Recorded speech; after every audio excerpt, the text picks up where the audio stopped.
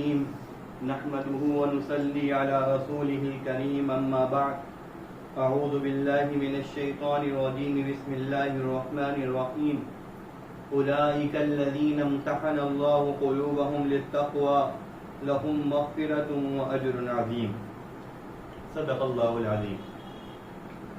بعض ساتھیوں کی طرف سے یہ سوال کیا گیا ہے کہ اس وقت میں جبکہ اتحاد کی بہت زیادہ سخت ضرورت ہے مسلمانوں کے درمیان، تو کیوں بعض مولوی یہ بات کہتے ہیں کہ شیعہ مسلمان نہیں ہیں، بلکہ اس وقت تو یہ چاہیے کہ شیعوں کو اپنے ساتھ شامل کیا جائے اور جو اسلام مخالف طاقتیں ہیں ان کے خلاف جو ہم کام کریں ان کاموں میں شیعہ کو بھی استعمال کیا جائے۔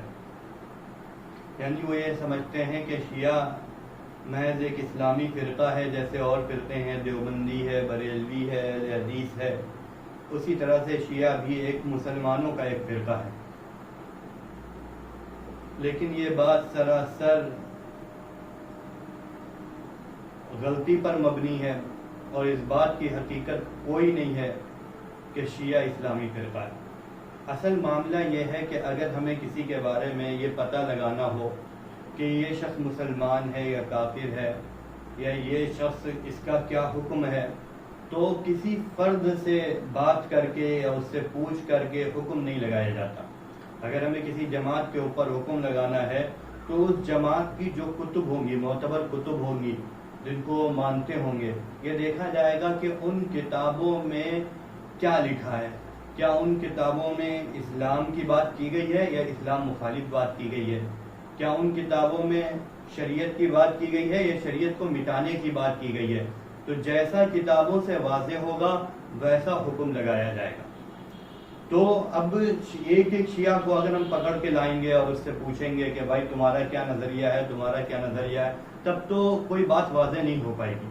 کیونکہ ایسا ہوتا ہے، ہمارے یہاں بھی ہوتا ہے کہ بہت سے لوگ ایسے ہوتے ہیں جو جاہل ہوتے ہیں، جو کچھ جانتے ہی نہیں ہیں اسلام کے بارے میں، مسلمانوں کے بارے میں، اپنے مسلک کے بارے میں، اپنے مذہب کے بارے میں۔ تو ظاہر ہے جب ان کو کچھ پتہ ہی نہیں تو ہم ان کے اوپر حکم کیا لگائیں گے۔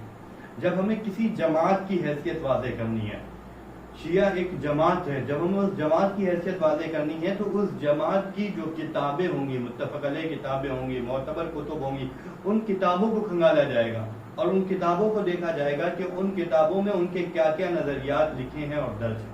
اگر ان کے نظریات اسلامی ہوں گے یا ایسے ہوں گے جن کی دائرہ اسلام میں گنجائش ہوگی، یعنی کچھ صرف غلط تعویلیں ہوں گی لیکن وہ دائرہ کفر میں نہیں گئے ہوں گے، تو ان کو مسلمان شمار کیا جائے گا۔ اور اگر ان کے نظریات ایسے ہیں جن کی اسلام میں قطعاً کوئی گنجائش ہی نہیں ہے بلکہ وہ پورے سراسر اسلام مخالف نظریات ہیں، تو ظاہر ہے ایسے لوگوں کو مسلمان نہیں شمار کیا جا سکتا۔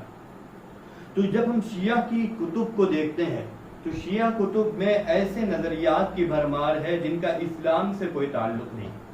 جب ان نظریات کا، ان باتوں کا، ان عقائد کا، ان مسائل کا جب اسلام سے کوئی تعلق نہیں ہے تو ظاہر ہے ان کو مسلمان نہیں کہا جا سکتا۔ میں اس وقت بنیادی طور پر 3 باتیں جو شیعہ کے ایک لازمی جز کی حیثیت رکھتی ہیں، بلکہ ایسا سمجھیے ان 3 باتوں کی میں وضاحت کروں گا کہ شیعوں کا ان کے بارے میں کیا عقیدہ ہے۔ اس سے خود بخود واضح ہو جائے گا کہ شیعہ کو مسلمان کہا جائے یا نہیں مسلمان کہا جائے۔ نمبر 1 بات ہے کہ امامت کا کیا نظریہ ہے شیعوں کے ہاں، کہ وہ جو امامت کے قائل ہیں وہ امامت کیا چیز ہے، وہ ائمہ کو کس مقام پر رکھتے ہیں، کیا امامت اور نبوت ایک چیز ہے یا الگ چیز ہے، اس کی وضاحت کریں گے۔ دوسری جو چیز ہے وہ یہ ہے کہ شیعہ کا قرآن کے بارے میں کیا نظریہ ہے، اور تیسری حضرات صحابہ کرام رضوان اللہ عنہم اجمعین کے تعلق سے شیعوں کا کیا عقیدہ ہے۔ ان 3 چیزوں کے بارے میں مختصر وضاحت کروں گا جس سے خود بخود بات سمجھ میں آ جائے گی کہ شیعہ مسلمان ہے یا نہیں۔ دراصل ہمارا یہ عقیدہ ہے کہ حضور صلی اللہ علیہ وسلم پر اللہ تعالیٰ نے نبوت کو ختم کر دیا ہے، یعنی آقا صلی اللہ علیہ وسلم خاتم النبیین ہیں۔ اب آپ صلی اللہ علیہ وسلم کے بعد کوئی نبی نہیں آئے گا۔ اگر کوئی شخص حضور صلی اللہ علیہ وسلم کے بعد کسی بھی طرح کی نبوت کا دعویٰ کرتا ہے تو وہ شخص دائرہ اسلام سے خارج ہے، وہ مسلمان نہیں ہے۔ اب ایک بات یہاں پر سمجھنی چاہیے کہ جیسے کوئی شخص ہے وہ یہ کہتا ہے کہ میں اللہ نہیں ہوں، وہ یہ کہتا ہے کہ میں اللہ نہیں ہوں لیکن میں ہر وقت ہر چیز کو جاننے والا ہوں، میں ہر وقت ہر چیز کو سننے والا ہوں، میں جس کو چاہتا ہوں جو چیز چاہتا ہوں دے دیتا ہوں، یہ تمام چیزوں کو میں نے بنایا ہے، اور اس کے بعد کہ میں اللہ نہیں ہوں. تو ظاہر ہے کہ یہ شخص نے اپنے اوپر اللہ کا لفظ تو نہیں بولا ہے، لیکن جتنی چیزیں اور جتنی صفات اللہ تعالیٰ میں پائی جاتی تھی وہ سب اس نے اپنے اوپر بول لی ہے. تو ظاہر ہے اب ایسے شخص کو کوئی بھی شخص مسلمان نہیں کہے گا، بلکہ اس کو خدائی دعویٰ کرنے والا قرار دیا جائے. اگرچہ وہ شخص اپنے آپ کو اللہ نہ کہے، اپنے آپ کو خدا نہ کہے، اس کا جو نام ہو وہی رکھے، لیکن وہ جو صفات ہوں اللہ کی، وہ صفات اپنے اندر اگر وہ کہے کہ میرے اندر پائی جاتی ہیں تو یہ کہا جائے گا اس نے خدائی دعویٰ کیا ہے، اور اس شخص کو اب مسلمان نہیں کہا جا سکتا. اسی طرح سے سمجھیے، اگر کوئی شخص یہ کہے کہ میں نبی نہیں ہوں، میں رسول نہیں ہوں، لیکن میرے اوپر وحی بھی آتی ہے، میری اطاعت فرض بھی ہے، ہماری بات ماننا ضروری بھی ہے، میں معصوم بھی ہوں، مجھ سے کبھی گناہ بھی نہیں ہو سکتے، جو میری اطاعت کا انکار کر دے وہ کافر ہے، وہ دائرہ اسلام سے خارج ہے. تو اگر شخص اپنے آپ کو نبی نہیں کہہ رہا، لیکن جب نبوت والی تمام صفات اس نے اپنے اندر گنوا دی، یا کسی شخص کے بارے میں ایسا نظریہ رکھ لیا جو نبوت والی صفات ہیں وہ اس کے بارے میں کہہ لی، تو آپ کیسے کہہ دیں گے کہ اس نے نبوت کو دعویٰ نہیں کیا یا نیا نبی نہیں مانا؟ ظاہر اگر اپنے بارے میں کوئی کہہ رہا ہے تو اس نے نبوت کا دعویٰ کر دیا، ورنہ اگر کوئی کسی اور کے بارے میں کہہ رہا ہے تو اس نے حضور کے بعد کوئی دوسرا نبی مان لیا. تو شیعوں کے ہاں جو مسئلہ امامت ہے وہ بالکل اسی طرح سے ہے. جو ان کے 12 امام ہیں جن کی شروعات ان کے نزدیک حضرت علی رضی اللہ تعالیٰ عنہ سے ہوتی ہے، حالانکہ یہ ائمہ ان باتوں سے بری ہیں جو شیعہ ان کے بارے میں کہتے ہیں. حضرت علی رضی اللہ تعالیٰ عنہ، حضرت حسن رضی اللہ عنہ، حضرت حسین رضی اللہ عنہ، یہ سب حضرات ان باتوں سے بری ہیں جو شیعہ ان کے بارے میں کہتے ہیں. یہ شیعوں کا نظریہ یہ ہے کہ یہ جو ائمہ ہیں ہمارے، ان کے اندر وہ تمام صفات پائی جاتی ہیں، یعنی ان کی اطاعت بھی ضروری ہے، ان کو یہ معصوم بھی ہے، اور ان کے بعد اللہ تعالیٰ کی طرف سے پیغام بھی آتا ہے، اور بہت سی باتیں. بلکہ بعض لوگوں نے تو یہاں تک کہ لکھا ہے کہ یہ جو ائمہ ہیں یہ ہمارے ائمہ انبیاء سے بھی بڑھ کر ہیں.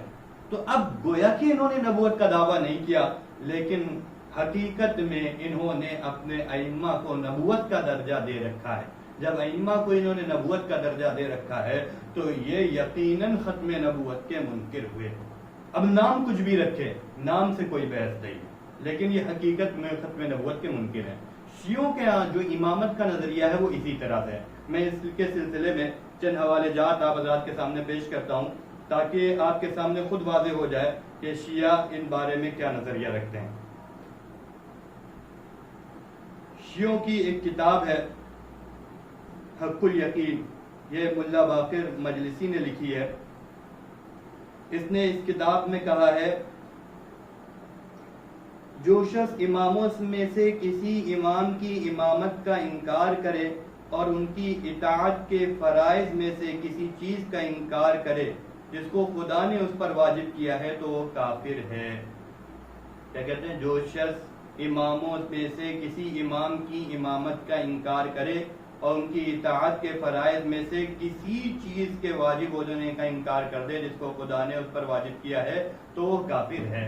یعنی ائمہ کی امامت کا صرف انکار نہیں، ان کی اطاعت کے فرائض کا بھی اگر انکار کر دیا تو وہ کافر ہے. حالانکہ یہ شان کس کی ہے؟ یہ شان رسول اللہ صلی اللہ علیہ وسلم کی شان ہے کہ اگر حضور یا دیگر انبیاء اگر نبی کی بات کا کوئی انکار کر دے، نبی کی بات کا کوئی انکار کر دے تو وہ دائرہ اسلام سے خارج ہوتا ہے. یہ اپنے اماموں کے بارے میں یہ نظریہ رکھتے ہیں. تو اب بتائیں ایسے شخص کو مسلمان کیسے سمجھا جا سکتا ہے؟ دوسری کتاب اصول کافی ان کی مشہور کتاب ہے، محمد بن یعقوب کلینی نے لکھی ہے. اس میں ایک روایت نقل کی ہے انہوں نے، کہتے ہیں امام جعفر صادق علیہ السلام نے فرمایا کہ ہم وہ ہیں جن پر اللہ نے اپنی اطاعت فرض کی ہے. یہ ائمہ وہ ہیں جن پر اللہ نے اپنی اطاعت فرض کی ہے. حالانکہ اطاعت کس کی فرض ہے؟ اطاعت فرض ہے اللہ کی، اطاعت فرض ہے انبیاء کی، لیکن کہ ائمہ کی اطاعت فرض ہے. لوگوں کے بدون ہماری معرفت کے چارہ نہیں، اور ہم سے جاہل رہنا قبول نہ ہوگا. جس نے ہم کو پہچانا وہ مومن ہے، جس نے اقرار نہ کیا وہ کافر ہے.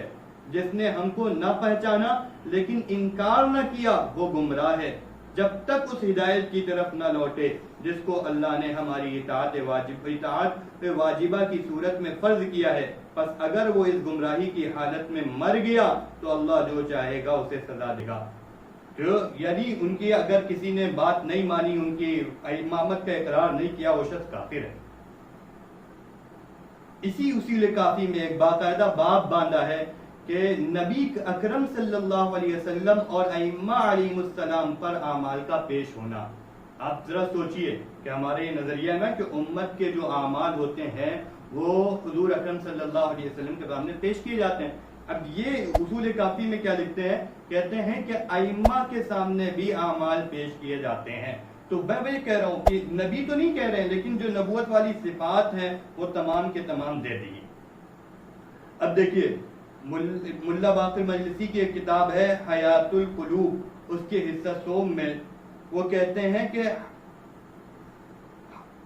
بعض معتبر حدیثوں سے معلوم ہو جائے گا کہ مرتبہ امامت مرتبہ پیغمبری سے بالا تر ہے. بعض معتبر حدیثوں سے معلوم ہو جائے گا، یہ نقل کریں گے وہ حدیثیں، ان سے معلوم ہو جائے گا کہ مرتبہ امامت مرتبہ پیغمبری سے بالا تر ہے. اسی طرح ان کے ایک مجتہد ہیں شیخ محمد حسین، انہوں نے ایک کتاب لکھی اصول الشریعہ فی عقائد الشیعہ. اس میں لکھا ہے کہ ائمہ کو حضور صلی اللہ علیہ وسلم کے سوا باقی تمام مخلوق تو درکنار، ائمہ کو حضور صلی اللہ علیہ وسلم کے سوا باقی تمام مخلوق تو درکنار دوسرے انبیاء و مرسلین اور ملائکہ مقربین سے بھی افضل جانتے ہیں. اسی طرح سے حیات القلوب کے حاشیے میں لکھا ہے کہ حضرت علی تمام انبیاء سے افضل ہیں. تو اب بتائیے جو ایسا عقیدہ رکھتا ہو، ایسا نظریہ رکھتا ہو ائمہ کے بارے میں، تو اس کو کیسے مسلمان جانا؟ کیا یہ ختم نبوت کا انکار نہیں ہے کہ جب آپ ایک شخص کو ائمہ کو انبیاء علیہ السلام سے برتر مان رہے ہیں تو گویا کہ آپ نے نبوت میں تو شریک ٹھہرا ہی دیا، بلکہ حد ہو گئی. ایک کتاب میں انہوں نے لکھا المجالس الفاخرہ میں کہ کوئی نبی نہیں بن سکتا جب تک اس نے ولایت علی کا اقرار نہ کیا ہو. کوئی نبی اس وقت تک کہ نہیں بن سکتا جب تک کہ اس نے ولایت علی کا اقرار نہ کر لیا ہو. یعنی انبیاء کی نبوت بھی ان ائمہ کی یعنی حضرت علی رضی اللہ تعالیٰ عنہ کی ولایت کے اقرار پر منحصر ہے کہ اگر وہ حضرت علی رضی اللہ تعالیٰ عنہ کی ولایت کا اقرار نہیں کریں گے تو کسی نبی کو نبوت بھی نہیں مل سکتی. اب بتائیے اس پہ غور کیجئے گا، کسی نبی میں تو حضور صلی اللہ علیہ وسلم بھی شامل ہے. یعنی نعوذ باللہ حضور صلی اللہ علیہ وسلم نے بھی پہلے حضرت علی رضی اللہ تعالیٰ عنہ کی ولایت کا اقرار کیا، اس کے بعد حضور صلی اللہ علیہ وسلم کو نبوت ملی. حالانکہ ہمارا عقیدہ یہ ہے کہ حضور صلی اللہ علیہ وسلم وجہ تخلیق کائنات ہے، کہ اللہ کے نبی صلی اللہ علیہ وسلم کے سبب اللہ تعالیٰ نے تمام کے تمام دنیا کو پیدا کیا، تمام کے تمام دنیا کو بنایا. یہ ہمارا نظریہ ہے. اب یہ کیا کہہ رہے ہیں کہ کوئی نبی بھی اس وقت تک نہیں بن سکتا جب تک کہ وہ حضرت علی رضی اللہ تعالیٰ عنہ کی ولایت کا اقرار نہ کرے. تو اب میں فیصلہ نہیں کرتا، فیصلہ جو یہ لوگ پڑھیں، جو ان نظریوں کو جانے، ایسے کے بارے میں کیا فیصلہ کیا جا سکتا؟ کیا ایسے شخص کو مسلمان مانا جا سکتا ہے؟ میں کہتا ہوں اگر ایسے شخصوں کو مسلمان مانا جا سکتا ہے، ایسے نظریات کو مسلمان مانا جا سکتا ہے، اور اتحاد کی اتنی ہی اہم ضرورت ہے کہ جو بھی اپنے آپ کو مسلمان کہتا ہے اس سے مسلمان کی بنیاد پر اتحاد کر لیا جائے، تو پھر قادیانیوں کو کیوں پیچھے چھوڑا جاتا ہے؟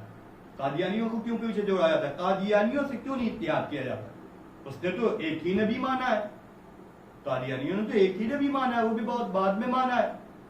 انہوں نے تو 12 کے 12 نبی بنا لیے اپنی طرف سے، اور ان کے اوپر ایسی ایسی باتیں انہوں نے گڑھی ہیں جو پاکیزہ ہیں. حضرت علی رضی اللہ تعالیٰ عنہ جنتی ہیں، صحابی ہیں، صحابہ جنت میں جائیں گے، خلفائے راشدین میں سے.